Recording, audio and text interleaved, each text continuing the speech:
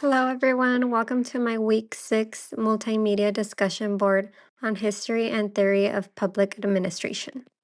In my presentation, I'm going to talk about why the Department of Motor Vehicles works best as a public agency and what could go wrong if it were privatized.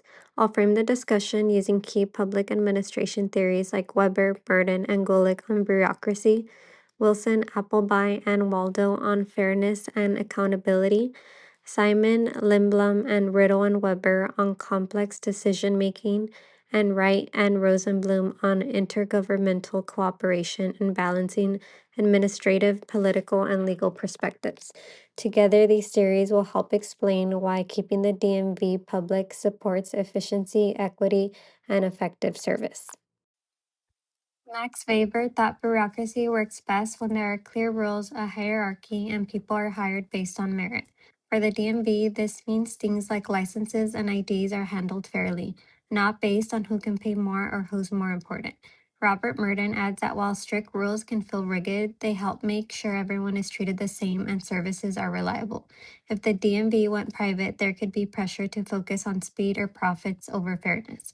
Luther Gulick says work should be divided by skill and coordinated carefully.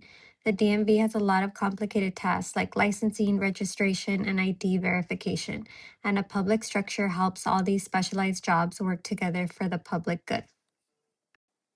Woodrow Wilson emphasizes that making policy is just the first step. Government agencies also have to carry out these policies fairly and consistently so people can actually get the service they're entitled to. Paul Appleby highlights that government is different from private business because it operates in a political environment, must balance competing public interests, and is constantly under public scrutiny. Dwight Waldo points out that public administration reflects democratic values and social responsibility, not just efficiency. Together, these ideas suggest that privatizing the DMV could risk fairness, transparency, and accountability if efficiency becomes the main focus. Herbert Simon points out that administrative principles often conflict, so managing a public agency means balancing efficiency, fairness, legal requirements, and what the organization can realistically handle. Lindblom explains that government decisions usually happen in small steps rather than big reforms because public problems are complex and uncertain. Riddle and Weber describe many public issues as wicked problems. They're hard to define, involve competing values, and have no single right answer. For the DMV, this shows that major changes like turning it into a private agency can't solve everything at once. Instead, improvements require careful evaluation, adjustments, and attention to how decisions affect the public. Wright states that modern public services relies on ongoing coordination between federal, state, and local agencies. The DMV, for example, works closely with law enforcement and the courts. If the DMV were to turn private, these connections could become more complicated and make it harder to maintain accountability.